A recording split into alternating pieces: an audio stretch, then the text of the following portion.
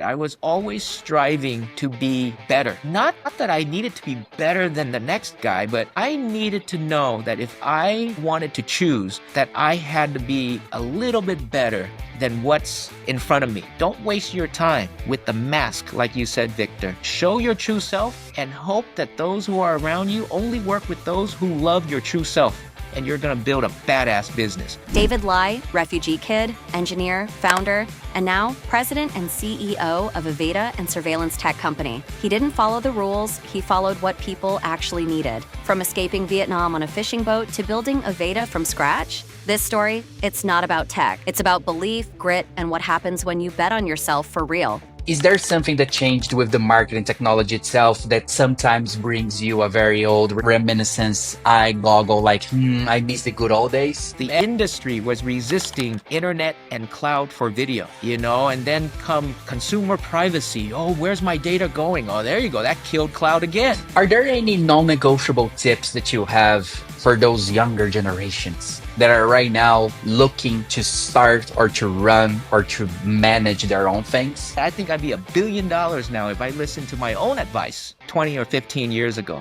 So my advice is, eat coffee with experts.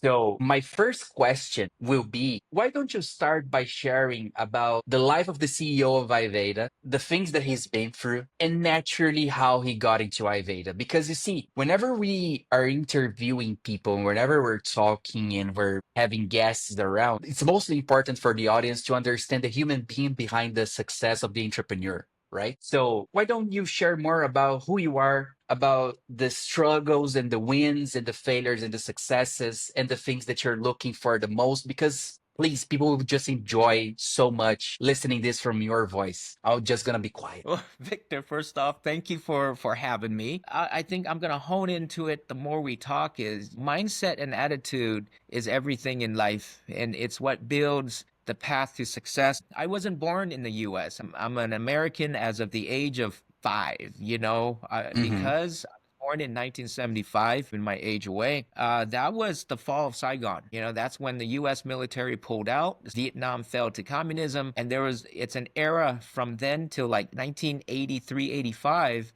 was the Vietnamese boat people era, where we escaped into international waters, hope to be rescued or else we die. Because 80 of us would just jump into a fishing boat, float out secretly, hopefully without getting caught, and return. And those who got out to international waters were all praying to be rescued. Fortunately, I was one of those, except I was 3, 4 years old. That's why I'm considered a boat baby. I got out with my aunt. She's still alive here, well, and doing well in San Jose, California. Long story short, I was rescued by a Norwegian fishing liner that dropped us off in Japan. And I was a refugee in Japan for 1 year. And until we were properly sponsored to immigrate into the United States, I immigrated into the United States just as I was turning about 5. I started American kindergarten. So talk about perfect timing. My, English as a second language, starting school, back in the 80s, early 80s, late 70s, we were the newbies. I think Americans in California, this was even before the Hispanics, before Mexicans, and before other Asians. We were the Asians. I was the so-called yellow skin, right? They called me chink in school, for chink and chong and so all that stuff, but that's normal. Hey, I'm all good. It's human nature. I But I'm sharing know. with They you talked about my my, sorry to cut you, but they talked about my ears back in preschool as well because I had the size of ears, but with yeah, a head of a kid, yeah, So they call me Dumbo. My father calls yeah, me Dumbo to Dumbo, this right? day. My father. So if bully starts at your own home, I don't know what it is anymore. Please continue. Yeah, so I went through elementary school in San Jose, California. Of course, I was not with my parents because we had to hide separately. My father was former South Vietnamese military, meaning on the American side. So he had to go and run and hide in the jungle, or else he would have been captured and put in re-education camp, they call it, right? Hmm. So I was separated from both my parents till I was maybe 9 years old, before they were able to go through the process of they had to escape and then into different countries, Indonesia, Philippines as refugees, and then through the same immigration process, waiting to get sponsored legally in. Because I was his son, I was already in the US. the papers got him to go directly to the US. But most of us in camps back then, Victor, we were just happy to be sent anywhere in the world. So there's I Vietnamese imagine. in Australia, France, Canada. The US was the hardest country to get in back then, though it was much very supportive of the refugee era. So given that, I went to school typical in the US, I went to college in San Francisco as a civil engineer. The Asian culture, right? You're either an engineer, an attorney, or a doctor. Pick one. That's what I hear the same. Yes, Yeah. exactly. Pick one.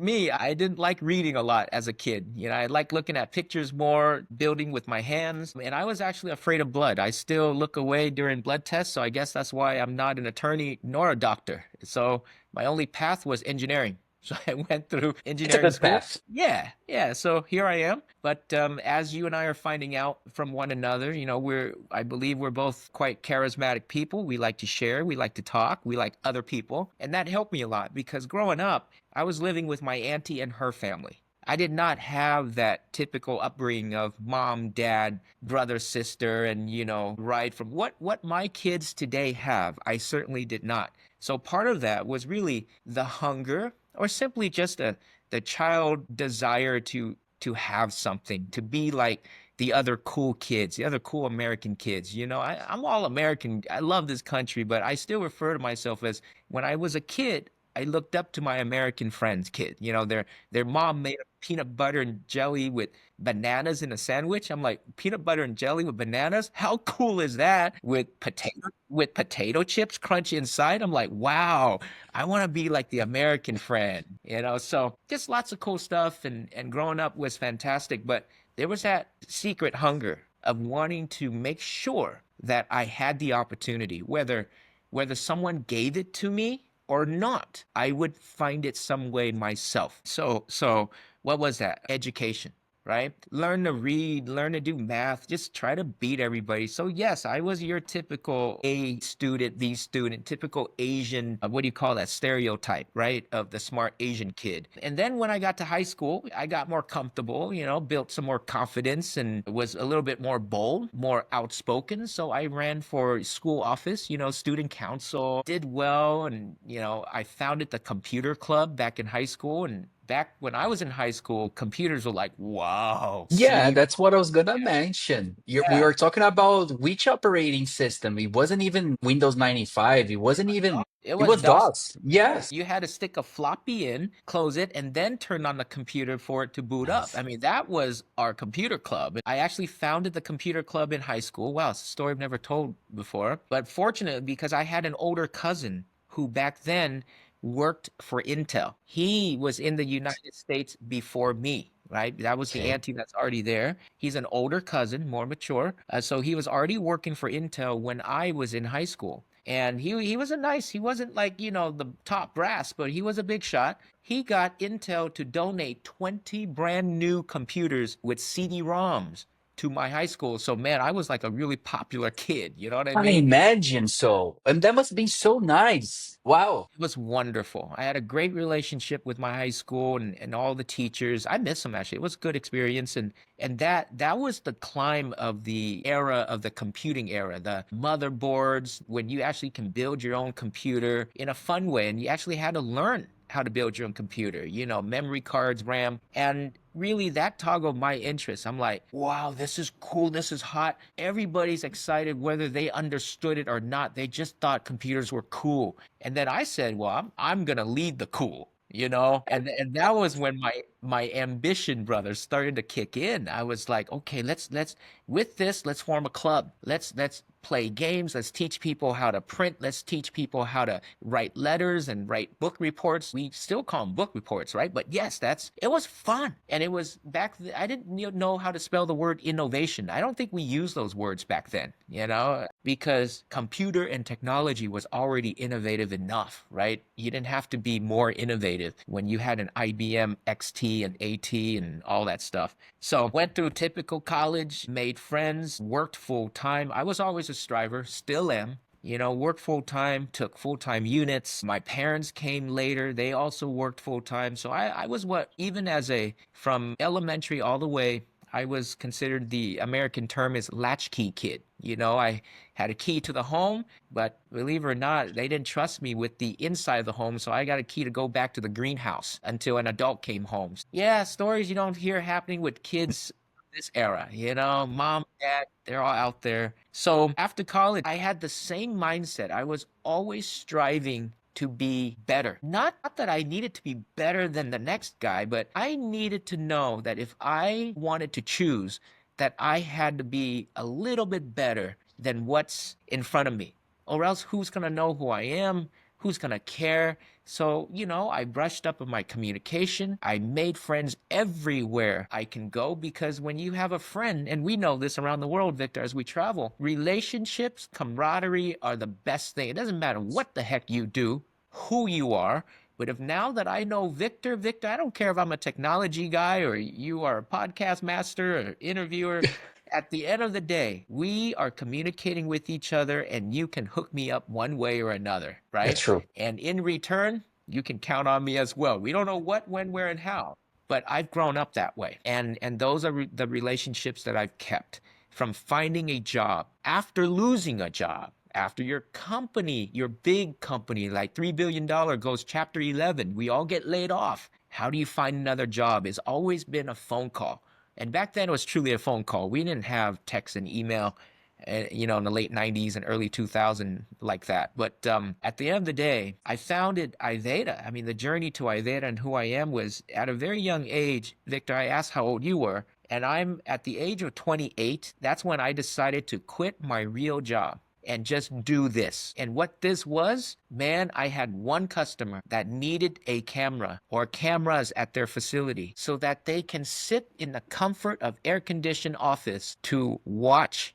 They didn't even use the word monitor, to watch their farm and orchard. That was the original request, because the gentleman was an elderly gentleman that loved his property, his land. And he just asked, hey, if I can sit here and see my orange groves, it would be wonderful. And I tell this story because it is that same gentleman and his family who helped give me what we call today Kickstarter, my Hmm. early angel investor, right? That allowed me to step out, have a little bit of money to figure things out to start this company 23 years ago. That's So, so nice. What an yes. amazing intro. Wow. First of all, thank you for enlightening us in regards to everything that happened. I imagine you think fondly of that family to this day. As you said, the one that bootstrapped, that kickstarted everything for you, right? We've become friends. The head of the family today, the father, unfortunately passed away, but he's a very prominent professional and person here in the valley, in the Phoenix Valley. And yeah, he was much well missed. He was actually printed in when he passed, it was in the newspaper here. And Phoenix is not a small city. So No, it's not. yeah, It's not indeed. That's very nice. It's very nice when you can, I don't know, respect someone's passage, right? yes. This is And his son something and I that's are good friends to this day. And good, he's been supporter to this day. That's so nice. Well, okay, so we know how it all started.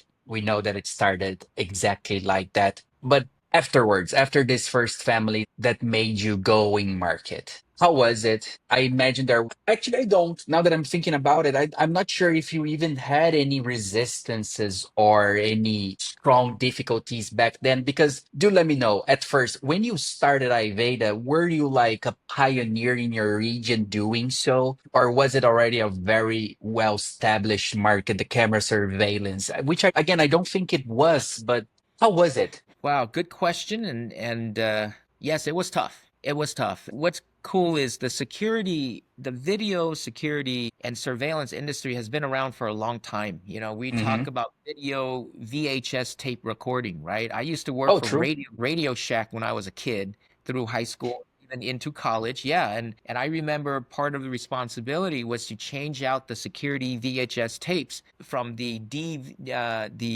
call them DVR. It's not even DVR. It was just a CCTV. That's what it was. CCTV. Yeah, cameras with coaxial into the back of a VHS recorder, Yeah. and you hit record every day when the shift starts, and you make sure the tape is changed, and you record it 7 days a week. It was around. Everybody was doing that. Everybody in the world, every business was doing that. That was the system back then. Nothing has changed except everything has gone digital, and now it's gone cloud even for larger organization. So But the methodology, Victor, is the same routine. Record in case something bad happens so you can go back and take a look, maybe, and find something. Unfortunately, till this day, everywhere in the world, we're still operating that way. Oh, So, good business for the industry, good business for companies like mine. But it was very difficult because I was the computer guy, remember? I wasn't going into business selling cameras. I knew nothing about cameras. mhm. What I did was fulfilled a request from a major potential customer.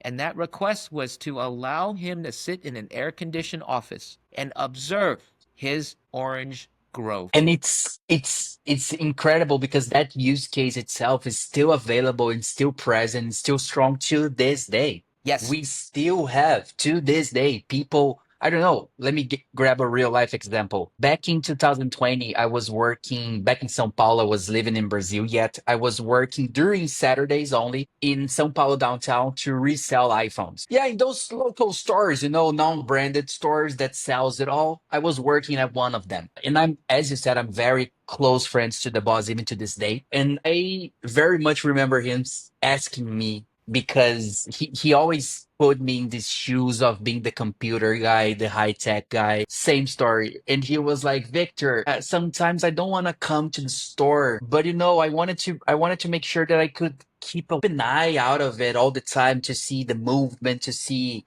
Sometimes he has to take a look at the employees and see if they were standing still working or doing whatever. And he was like, but I think it's too complicated. Maybe it's too complicated. Isn't it too complicated? And I was like, bro, right now I think it's just an app. You're just gonna get the camera, you're gonna place the camera will connect to Wi-Fi, and there you go. Right now it's simpler. The use case is the same, at least the setup is simpler. But even so, the need to take a look, and now, as you said in the beginning, monitor, the need to monitor has grown even further. So I do understand exactly what you had. Not exactly again, but I do understand because I've been through your own shoes of listening somebody asking me how to set up a camera. But again, as you said, things were different. It was CCTV on coaxial cables. Now we're talking about 4K footage over on streaming devices that G can power up, Yes. right? So it changed so much. It is no joke how much it changed. But then naturally, for a company like Iveda, you were starting in the US. The US is known for being a very tech savvy place, a region where technology evolves and that the population embraces it. But right now, how much did it change for you? Especially considering that you not only do surveillance cameras, but you're also working with AI. I know that you're also working, for example, you have an elderly care package that's very much interesting. I would love people to hear from your mouth because I think like it's sometimes we don't give enough interest to those who took care of us when we were young. Yep. So how much did it change for you in regards to, okay, before you were 28 years old, setting up cameras, you didn't know too much about cameras. I imagine that you do know a lot about cameras right now. What changed inside of David and what changed in Iveda that you're very much happy about? But is there something that changed with the marketing technology itself that sometimes brings you a very old reminiscence eye goggle like, I miss the good old days? Man, very, very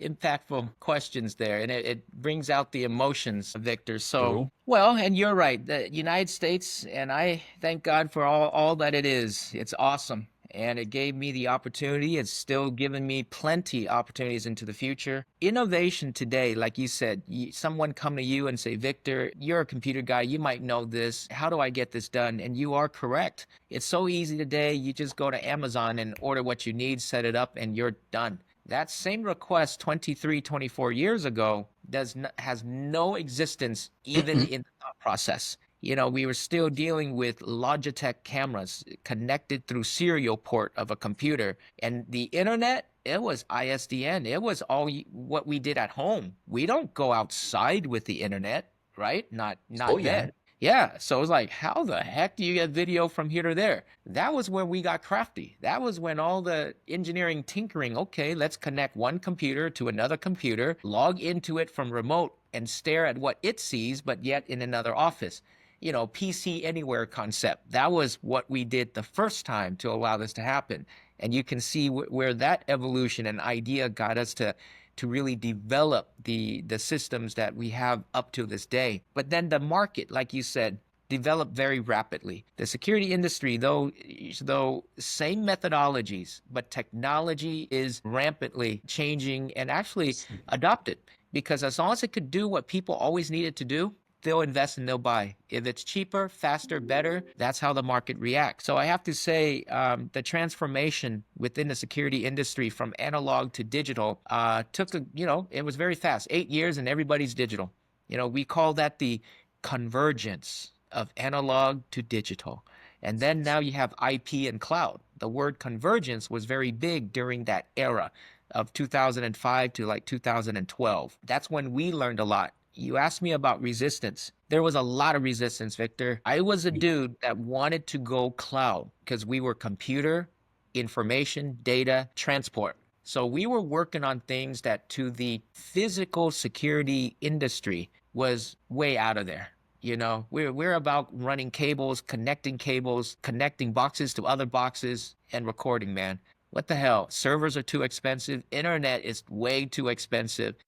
You want to send video data where? To the cloud? They thought I was smoking something. Yeah, that's what I was gonna I'm say. like, They thought you what were cloud? crazy. Yeah, what What cloud? cloud? 2005, 2008, you're talking cloud. People knew what it was, but they're like, oh man, that's somebody else's house. It's too expensive. Somebody else's power. That's leasing data centers. It's not like Amazon or Azure today or go online, put your credit card, suddenly you have a cloud server somewhere. It's not like that back then. You had to build your own stuff. So it was very difficult. And I was a young kid entering an industry where back then there was a lot more white hairs of It was- guys that I was dealing with. And those guys, frankly, some are still around. So you can see the mentality and mindset for innovation. Technology was available, but a lot of resistance to adoption. And frankly, as a small startup in the US back then, unless we had support, unless I was supported by a bigger company, a big brother, I call it, it's very difficult. Everywhere you Mhm, went, people thought you were cool, but cool alone doesn't make you money, mhm. right? They always go back to the guys they've known for 20 years and they go, so this kid came in and told me he's got this cloud stuff, which I think is really cool. And all I got to do is pay him $20 a month and he says he can do all this. And then you would get guys who don't understand what that means, Victor, and talk their customer out of it. So you want to call difficulties? That was my difficulty as a company. We had no brand, we had no money marketing. All we had was true hard-working computer guys who can make shit work. But we couldn't sell it because we didn't have that mass movement yet. So to answer your question, that was our resistance. The industry was resisting internet and cloud for video. And then come consumer privacy. Oh, where's my data going? Oh, there you go. That killed cloud again. But dude, I stuck to it because I followed the customer need, not what others thought the market should be. Until this day, that's why maybe people don't have patience with me, thinking I should be doing like everybody else and make quicker money. I get it. We're gonna make a lot of money, but at the end of the day, you want to do so the best way possible, and that is to love your customer, love your partners, not your technology. I learned that from someone else, but I'm gonna say it and use it. Love your customer. Till this day, I'm still in love with all my customers, and we're making fantastic things happen. And when those things happen, money will keep flowing and flowing and flowing with zero resistance, despite what the market or the industry tries to tell you. So if you're asking me for all their other entrepreneurs, that's a fact. Do what others love and need you for, and you will make money eventually. Yeah. Okay, have some patience. Yeah. What So, and we're still at that same mindset to how to grow the company has allowed us to evolve from being the cloud video surveillance guy to now the video intelligence, IoT, and smart city company. Why? That same customer has evolving needs. True. Keep taking care of the same customer. You're gonna learn Yes. something, dude. So, and we've been so proud of that. And again, bringing back relationships. This is how we are going to scale, is knowing that this type of customer, there's million more like them. And now we build partnerships and relationships around the world who have the manpower, the support infrastructure, the messaging power, meaning marketing might, that can speak and say and share all this value to where myself, only one voice, can never do. So that's our secret sauce, is the relationship and the reseller business model that we stuck to. Even when we were a small company, yes, we did direct sales, but dude, how many customers do I have to beg every day to scale from a small Mesa startup to a global public company? Yeah, it's difficult, but we learn through relationship how to educate, how to share, and how to spread the word and mimic and copy and be repetitive to that same love that we give to our customers since day one. So it's a lot of fun. And that is how we've evolved, let's say, throughout the years. That's amazing. And I 100% agree with the relationship-based sales, let's just say, right? Ever since I joined the corporate world back in 2014, I remember back then I was like this already. I was I like to smile, I like to make jokes, I like to keep the relationship going. But I remember back then a supervisor of mine said, Victor, you should stop being like this. The corporate world's not for you. You need to be more serious. You need to be more straightforward. You need to wear a mask every time you get into the office and you can take that mask off. I'm very much glad to see 10 years from that moment that it was total bullshit. And I apologize for the swear word, but it was total bullshit because Yes. that would just, the most of the things that I heard back then were about making sure that a young guy was going to be another piece in the machine, right? That would make sure that he turned off or turned on whenever possible. But no, no, that's not me. That's not you. It's about caring. I care. Yeah. You Yeah. care. We Yeah. care. Once you care, the relationship that we build, meaning if they're business wise or if they are personal wise, they will grow so much easier. And down the line, way further, than pretending to care or to wear a mask and to be Yeah. like, Yeah. I'm just gonna take your order, or I'm just here to let you know how it works. Otherwise, thank you. No, no, it's mostly about building relationships, and I know that you built a lot of relationships because you raise a lot of money, and you also work with governments, as far as I know, right? How do you build relationships with government? Talking about it right now, how did you put your David Spice in a relationship with government side companies? With another person who knew another person who knew another person. It's the old school degree of separation, right? I think Hmm. LinkedIn totally leveraged that science, right? One degree off, one connection off. And in life, it's the same way. Victor, you and I just met. How do I not know that your uncle is governor of? So I don't know. It just might be. Just might be. And frankly, in business, they say luck is everything too. So I've been quite lucky. The harder I work, the luckier I become. That's a saying here. And it's been proven true. I kept hitting the streets. I kept having lunch. I kept going to dinners, and I sat and I listened. Even when I was tired and I was, been there, done that, I never knew who that next person may be, who that person may know. And frankly, I have to be very transparent. It wasn't that, until recently, Iveda is now certified in everything that we could be certified to earn the credibility. But Nice. prior to that, it was, hey, Steve, can you please introduce me to Scott? Because Scott can speak to the mayor tomorrow. I know the IT manager, but he needs the mayor to give him. It's just the hustle, and you gotta be on the ground to hustle. And this is why, as a leader today, I still believe in getting out there. I can't sit here and manage and grow a company at this desk. I'm doing it with you because I'm getting it out there. But imagine not on this camera. I have to shake hands. I have to learn. I have to smell the environment. I have to feel, like you said, you felt Saigon, just like San Paulo. Once you understand what it feels like, then you can come up with ideas. Don't try to come up with a business model or idea in an air conditioned office and think that you're going to land with that model and it work. It freaking never works, dude. This is why it takes us 5 to 6 years to establish a revenue generating market. But when you do establish it properly, that begins to churn. It's going to work. It's a machine. right? But when you think you can cookie cut everything by design, that doesn't work anymore. I think today, with the way information flies and the internet and social media, nothing's cookie cut anymore. You can try, and then it's going to change tomorrow. So you just got to adapt with the locals, Victor. You know what I'm talking about. When you can blend in, show people that you truly care, you said it, that's when you establish real business. So Or else you're just another product guy. Some guy came in, did a sales call, and I swear another company can offer you something similar to what I offer and make it less and talk highly of it. And people don't have the time or energy to decide that Iveda is truly the best. They're gonna go, okay, I have this relationship, I'll go with it.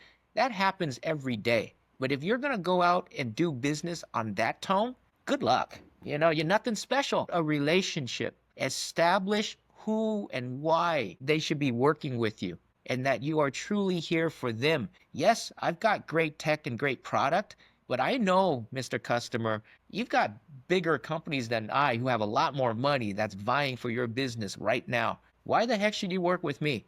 Dude, because I care. I actually need and want this business. I'm not here to toss you an advertising campaign. I really will care for you if you mhm. believe me. And those who believe me, we establish a great business rapport relationship. And then from that, Victor, that's when the so-called branches start growing, right? That's when the network starts establishing. So to answer your question, how I get into government now, well, that network I started building 20 years ago, man. So imagine all the roots and branches now. Yeah, Yeah, amazing. I'm so glad for you that it will work out. Really, took time, it took a took lot of time, but sometimes it takes, David.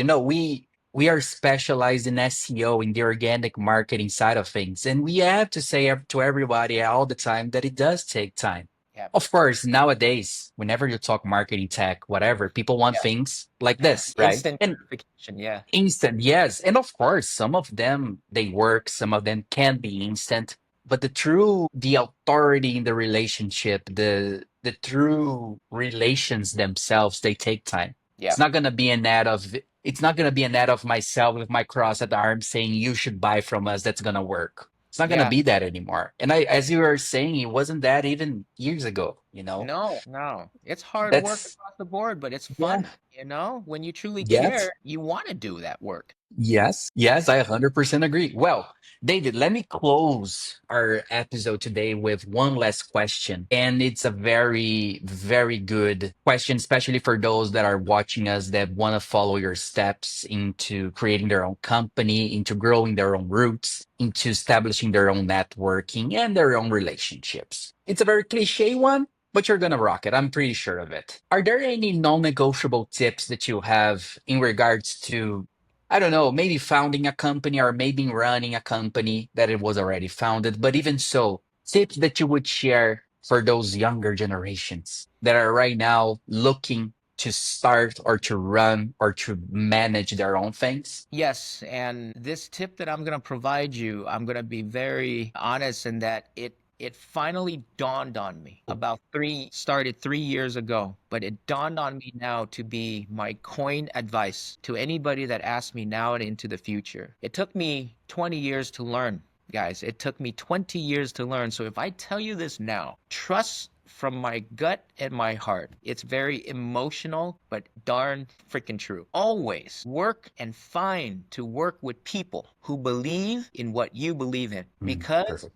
that is what's going to drive and grow your company with you. You should not be selling to people to like you. If they don't like you, let them walk. If they don't believe in what you believe in, let them find something else to believe in. If they cannot help you take that stride to innovate, to try something new, to maybe even like, oh man, we might get in trouble, but let's just put it out there and we'll see what people say. Those are the friends, the relationships you want to build in starting a company.